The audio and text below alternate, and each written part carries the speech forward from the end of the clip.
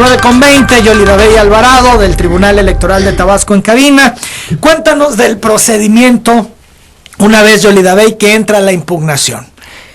¿Cuál es el paso a seguir? Ustedes la reciben y luego... Una vez que se reciben las impugnaciones consistentes en los juicios de inconformidad, inicia una fase que es la substanciación de todos estos medios de impugnación. Y se inicia con un turno que hace la presidenta del tribunal hacia algún juez instructor del Tribunal Electoral de Tabasco. ¿Para qué? Para que este juez instructor integre el expediente y emita un auto de admisión. ¿Cuántos jueces hay? Somos un total de 10 jueces los que conforman actualmente el tribunal. Una vez que se hace el turno a este juez... Perdón, para entenderlo bien, y vamos a cambiarle de palabras para que la gente lo entiende bien, me parece un poco técnico. Esto es, se recibe la impugnación y entonces tú como presidenta le dices a un juez, vas con este caso. Así es, se hace un turno que efectivamente significa la remisión del expediente a un juez instructor. Y hay 10 jueces que atienden los distintos casos, las distintas impugnaciones. Así es. El juez que le tocó conocer de algún medio de impugnación debe en ese momento de revisarlo, integrarlo, y a qué llamamos integrar, es decir, el armado del expediente, desde una carátula hasta la costura misma del expediente, desde luego con su personal de apoyo. ¿Como una ficha técnica? Así es. No, son expedientes. Los expedientes son prácticamente legajos que le llamamos nosotros, donde se tienen que insertar la demanda, las pruebas documentales que se hayan exhibido y todos los documentos anexos que se hayan remitido al tribunal. ¿Al juez le ayuda alguien? Por supuesto, él tiene a su cargo un proyectista y una mecanógrafa para lo que es la integración física del expediente, porque esto es una cuestión eminentemente práctica. Técnica. Ahora, lo importante que realiza el juez instructor es el análisis de el medio de impugnación. Tiene que revisar si éste reúne todos y cada uno de los requisitos que exige la ley, que como son el nombre de quien promueve, cuáles son el domicilio que señala para citas y notificaciones, los hechos que señala, es decir, la ley prevé ciertos requisitos de forma y de procedimiento para poder admitir una demanda, porque en caso que inclusive advierta alguna deficiencia que pueda ser subsanable, puede él requerir a las partes para efectos de que subsanen una omisión. ¿Esto puede haber comparecencia? Bueno, a ver, voy por partes. Aquí, en esta etapa, únicamente el juez instructor analiza el escrito de impugnación, a fin de determinar si reunieron los requisitos de forma que la ley exige, que pongas el nombre de la persona que promueve, como menciono, los hechos, el nombre y el domicilio, exhibas o menciones las pruebas que vayas a aportar, etcétera, y que esté firmado por la persona. Digamos, es una primera revisión, es un primer paso. Primera revisión, es decir, él simplemente analiza si el escrito está debidamente integrado totalmente con los requisitos legales que establece la ley. En ese momento, si él advierte que está debidamente conformado con los requisitos, emite un auto de admisión, es decir, hace un acuerdo en el cual determina que ese medio de impugnación reunió los requisitos formales exigidos por la ley y por lo tanto se informa a quienes están promoviendo, a la autoridad responsable, y si compareció algún tercero interesado, le informa que ese medio de impugnación ha sido admitido. Además, en ese mismo acuerdo debe de pronunciarse respecto a la admisión o desechamiento de las pruebas que hayan ofrecido. Es decir, tiene en primera instancia que analizar qué pruebas están aportando tanto el partido político, la autoridad responsable y, reitero, en algunos casos el tercero interesado, o cuando el candidato también comparece como coadyuvante en el medio de impugnación. Esta es una etapa también que es muy importante porque se analiza con toda exhaustividad el medio de prueba, con la finalidad de que si amerita el desahogo de pruebas técnicas, se señale fecha y hora para la cual van a tener que comparecer tanto las partes como aquellas personas que desde luego se solicite la presencia de ellos. Eso en un segundo momento después de que se tome este acuerdo. Sí, en el acuerdo simplemente admite tanto el medio de impugnación como también se pronuncia sobre la admisión o desechamiento de la prueba. Se tiene ya este acuerdo, supongamos que es positivo, que cumplieron con los requisitos y que las pruebas son suficientes, las que presentan. ¿Qué pasa? ¿A dónde se va el expediente? El expediente sigue en las partes de la substanciación con el juez. Es decir, el juez ahorita, por ejemplo, en algunos casos, porque todo esto va dependiendo de los términos en que fueron presentados, en algunos de ellos ya se emitió el auto de admisión del medio y de las pruebas. De hecho, la próxima semana ya están señaladas fechas para el desahogo de diversas pruebas técnicas. ¿A qué me refiero con pruebas técnicas? Por ejemplo, en muchas ocasiones se proporcionan como un elemento de prueba grabaciones que constan en CD. Entonces, es necesario que se señale una hora para lo cual deben de comparecer las partes y ante la autoridad jurisdiccional se pueda ver el contenido de ese elemento de prueba y desde luego pueda obrar en los autos para que cuando se vaya a tomar una decisión en relación al caso, esta prueba pueda ser analizada y determinar el valor probatorio de la misma. Bien, después de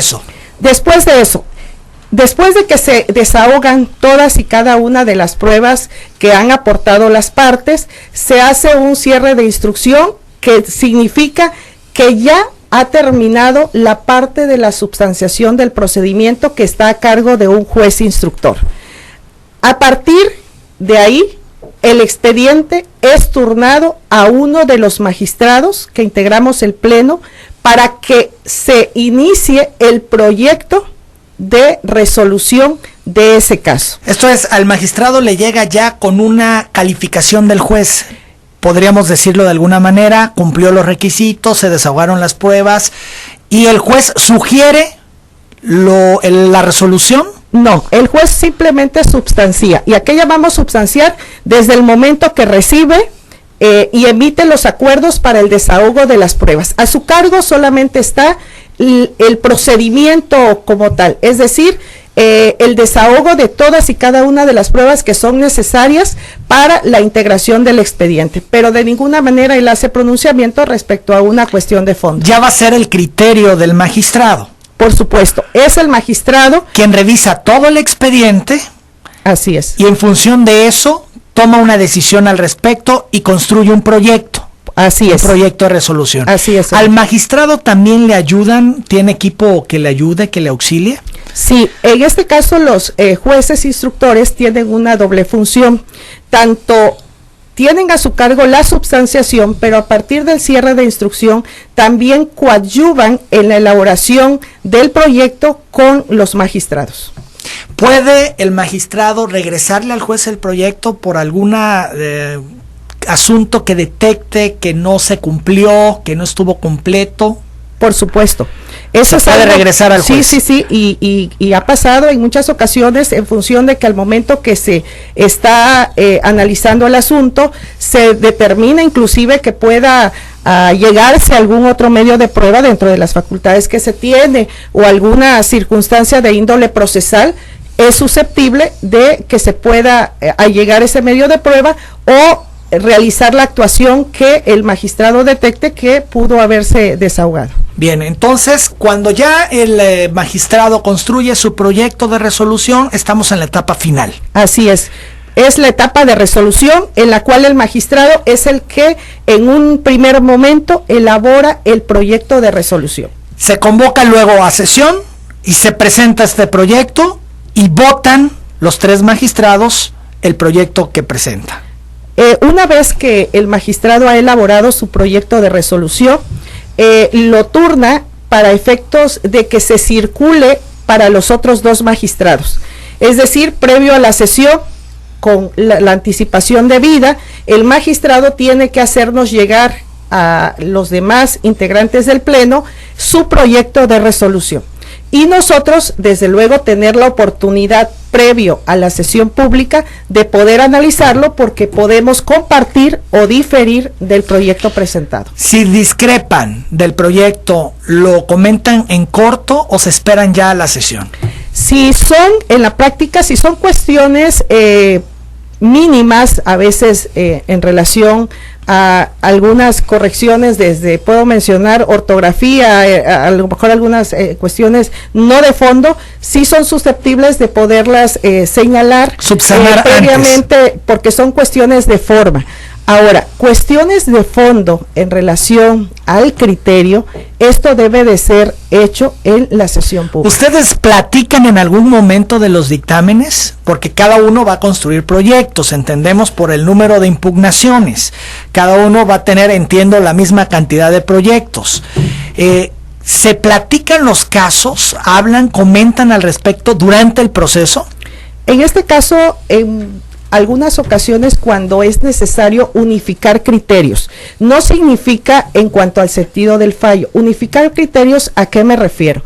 En muchas ocasiones hay ciertas circunstancias que amerita que los tres magistrados, como somos integrantes del tribunal, unifiquemos criterios, por ejemplo, respecto a algunos aspectos de índole procesal, o en relación, por ejemplo, a la interpretación que se da a una jurisprudencia que haya sido emitida recientemente por los órganos federales. Entonces, en esos casos sí se da, desde luego, un intercambio de opiniones con la finalidad de adoptar un criterio unánime respecto a los procedimientos que tenemos las tres ponencias que desahogar. Pero en torno al criterio que va a adoptar cualquier magistrado, desde luego lo conocemos en el momento que se presenta el proyecto. ¿No lo conocen antes? Del magistrado. Lo conocemos en función, yo como presidenta, porque yo llevo a cabo la parte de la substanciación con los jueces. Pero los demás magistrados, desde luego, solamente cuando se hace una petición por parte de uno de los magistrados que sea necesario unificar algún criterio en relación a un punto. Estamos ya en la sesión, se tiene ya un proyecto y la última etapa es la votación. Así es. En la sesión pública, el magistrado da cuenta al Pleno con su proyecto, que desde luego tiene como objetivo determinar la procedencia o improcedencia de un medio de impugnación, y a partir de ese momento se sujeta a una análisis y discusión y en su momento votación del proyecto. Y con eso termina su trabajo el Tribunal Electoral de Tabasco. En esta parte de la substanciación y resolución, hasta ese momento ya hay una determinación por parte de nosotros. Pueden surgir los inconformes con la resolución y decidir acudir a otra instancia, esto es a la sala regional o a la sala superior. Así es. ¿Qué pasa en ese caso? ¿Ustedes le envían información a la sala regional o a la sala superior, o ya es el afectado que directamente presenta sus argumentos? En este caso, una vez que se presenta una impugnación derivada de una resolución emitida por el tribunal, nosotros de manera inmediata tenemos que dar aviso a la sala regional con sede en Jalapa de la interposición del medio de impugnación. ¿Por qué? Porque nosotros contamos con un término de 3 días, que son 72 horas, para publicitar este recurso que se está interponiendo. Es decir, ¿qué es publicitar? Hacer de conocimiento que esa resolución ha sido impugnada, para que cualquier persona que se considere como tercero interesado pueda comparecer si así lo desea. Y vencido el término de las 72 horas, tenemos 24 horas para remitir todas las constancias que integran el expediente en el cual se emitió el fallo y un informe circunstanciado que emitimos a la sala regional, en la cual como autoridad responsable tenemos que fundar y motivar nuestra decisión. Bien, entonces hasta ahí se terminaría el procedimiento en caso de que no queden satisfechos con la resolución del tribunal local. Así es, Emanuel. Son las 9:34. Se ha hablado mucho de la anulación y sobre todo en el municipio de Centro.